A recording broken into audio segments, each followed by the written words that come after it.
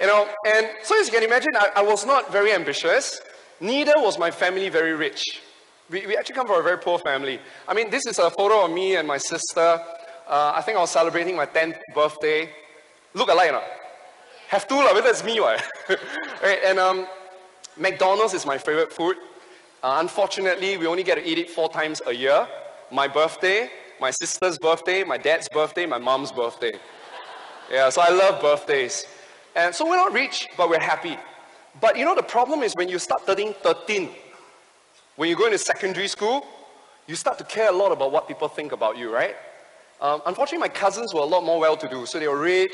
They always wear all the very expensive shirts like Benetton, Burberry. Have you heard of all those brands before? So one day during Chinese New Year, my mom was so sweet.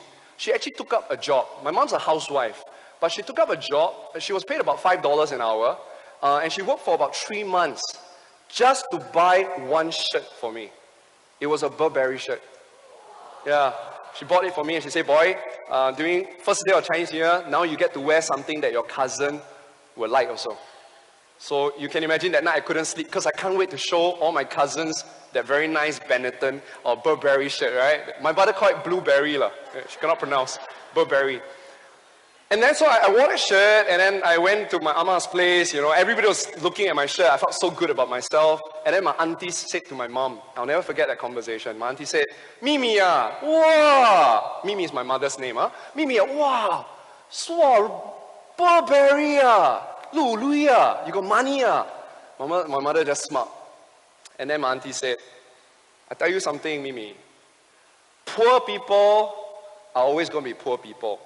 Don't try to act rich. Let your boy wear this real shirt, also look fake. My mother just smiled. And that night she cried a million tears. I was at home, I think it was late at night, she was having a call on the phone and she was clearly crying. And I do not know who she was talking to, but she said this, and I still remember, it's still in my head, ringing in my head. She said, I'm a lousy mother. She said, I cannot even give my son, boy and girl, a good life. And we get looked down upon. And somehow or other, that short sentence changed me. Instead, from a no ambition and everything happy-go-lucky, I made a promise to myself. And I said, I'll never ever let anyone look down on my mother or father.